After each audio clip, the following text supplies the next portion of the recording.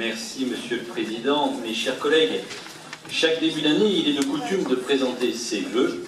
Au nom de notre groupe, je souhaiterais présenter à l'ensemble des membres, des élus de cette Assemblée, aux agents de notre métropole de Lyon ici présents, mais également à tous les agents œuvrant au quotidien au service de nos habitants, à la presse et au public présent en ce jour de conseil, nos vœux de bonne et heureuse année 2019.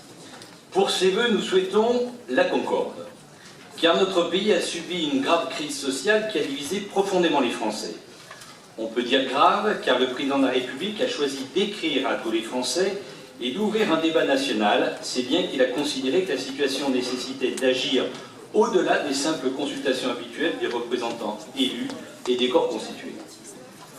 Notre responsabilité ici dans cette Assemblée est particulière, car les fondements de la crise et les revendications ont notamment porté sur la fracture entre les zones urbanisées, où se crée majoritairement la richesse, et les zones rurales, où le sentiment d'abandon et de déclassement social marque les habitants.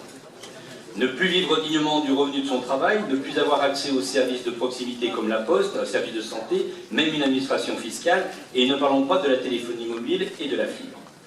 Ne plus pouvoir assurer l'avenir sur l'emploi et l'évolution sociale de ses enfants, ne pas avoir accès aux transports en commun alors que le coût de l'usage de la voiture explose. Se faire dénoncer car son mode de vie serait condamnable par un dogmatisme nouveau qui désigne ses coupables comme au temps de la terreur, le coupable qui roule au diesel, le coupable qui se chauffe au fioul, le coupable qui fume et j'en passe. Tout cela a favorisé la révolte car les Françaises et les Français ont perdu l'espoir.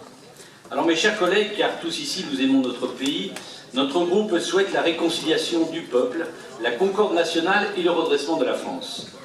Pour la France, ça peut marcher. Pour la métropole de Lyon, cela semble compromis.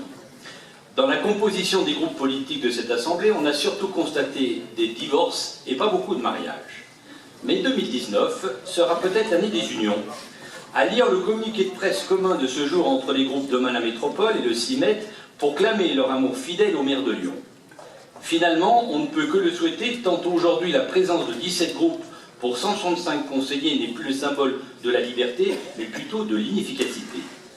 Monsieur le Président, ce n'est pas vous faire injure que de dire que dans cette Assemblée, vous n'avez pas engagé les vœux sous le signe de la concorde. On y a cru un moment quand vous avez déclaré à Laurent Wauquiez votre émotion à le retrouver pour la journée des câlins. Mais le lendemain, en vous opposant à notre collègue Gérard Collomb pour les élections métropolitaines de 2020, on a aussi compris qu'en Macronie, les promesses n'engagent que ceux qui les écoutent. Après avoir tant insisté sur le nombre de places en maison de retraite, il faudra aussi certainement renforcer l'accueil à l'Institut départemental de l'enfance et de la famille, car dans ce divorce entre socialo-macronistes, nombreux élus de la métropole vont se retrouver orphelins.